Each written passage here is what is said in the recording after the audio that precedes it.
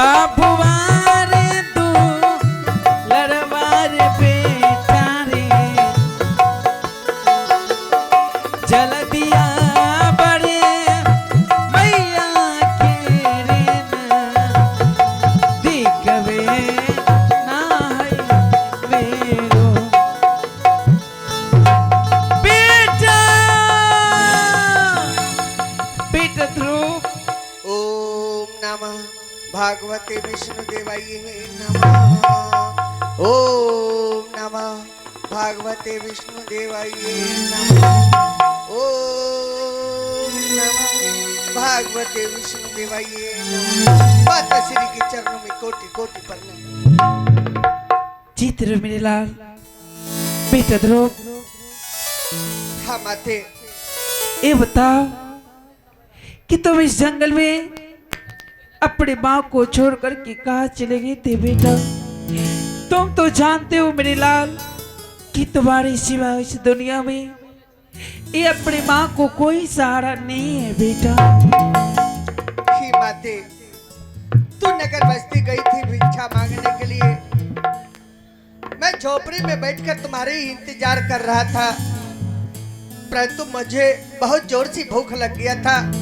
मैं सोचा कि जंगल में कोई फल फूल होगा, मैं चलकर देखूं। अगर मुझे कोई फल मिल गया तो मैं उन फल को खाकर अपने पेट का भूख मिटा लूंगा। हे माते जंगल तो गया लेकिन जंगल में एक भी फल नहीं मिला और मुझे बहुत जोर से भूख लगा है। इन भूखों से ऐसा लगता है माते कि मेरा प्राण निकल जाएगा। माते तू नगर बस्ती गई थी भिक्षा मांगने के लिए, क्या मांग कर लाई हो? दो ना मुझे खाने के लिए माते, मुझे बहुत जोर से भूख लगी है माते। बेटा ध्रुव आज सुबह से तुम्हारे ख्याल में मैं गांव बस्ती माँ बहन के चरणों भिक्षा मांगने के लिए नहीं गई हूँ बेटा। और आज मैं अपने आंचल फैलाने के लिए माँ बहन के चरणों जाते तब से तुम्हारे लिए भोजन मांग करके लाते तो मैं अपने गोद में बिठा करके तुम्हें भोजन कराते बेटा। हे बरिजरे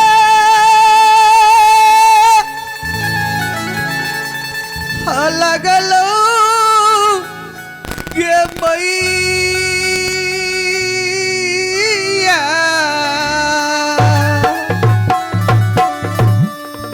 हे बेटा के भूखा नमा पता गई बेटा ध्रुव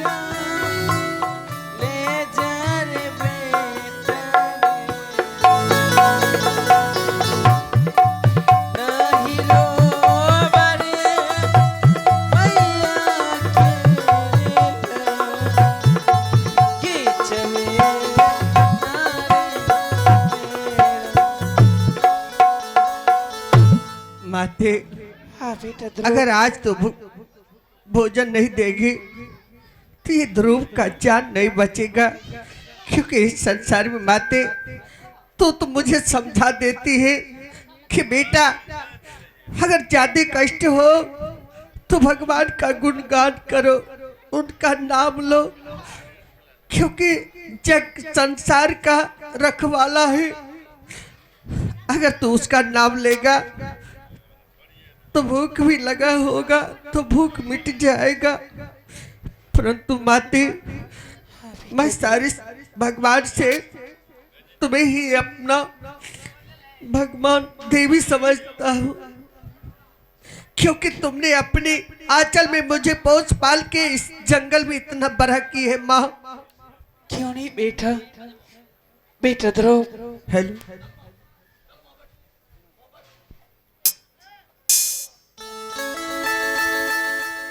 दूधवा पिया की पसली हो,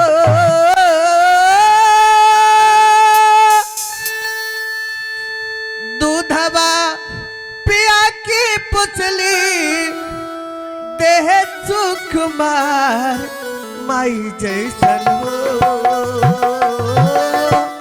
कहा मिल दुनिया में प्यार माई जैसन हो,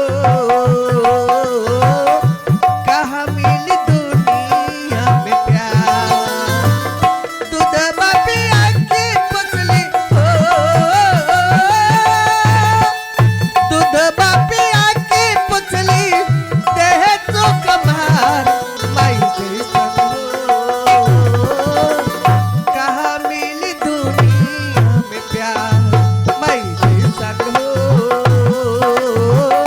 कहा मिल दुनिया में प्यार।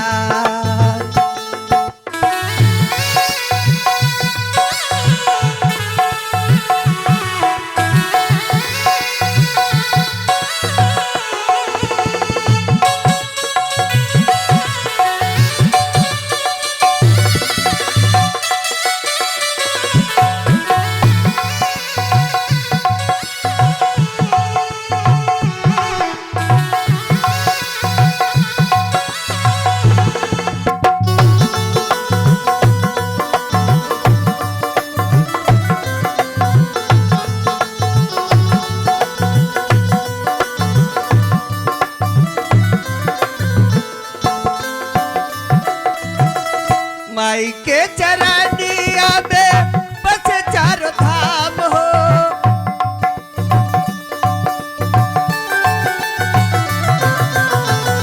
माई के चरनिया में बस चारों धाम हो, सबका से पहले करी माई परिणाम हो, बिना माई पूजले तीरथ हो, बिना माई पूजले तीरथ धामुआ बेकार माई जैसन हो, के कर दुनिया में प्यार माई जैसन हो, के कर दुनिया में प्यार।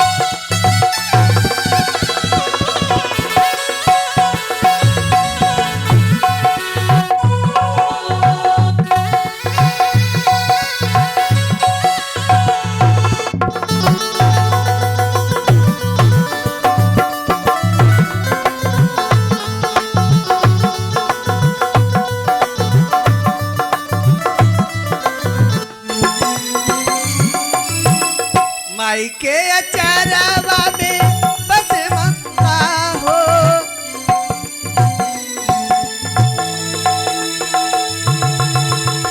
माई के अचरवा में ममता के छाँव हो, देवता भी पूजले पारे माई के पाँव हो।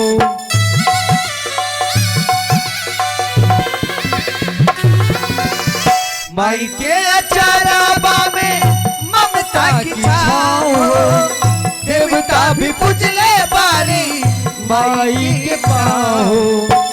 इहो रे चरनिया में, इहो रे चरनिया में सुख बा अपार माई जैसन हो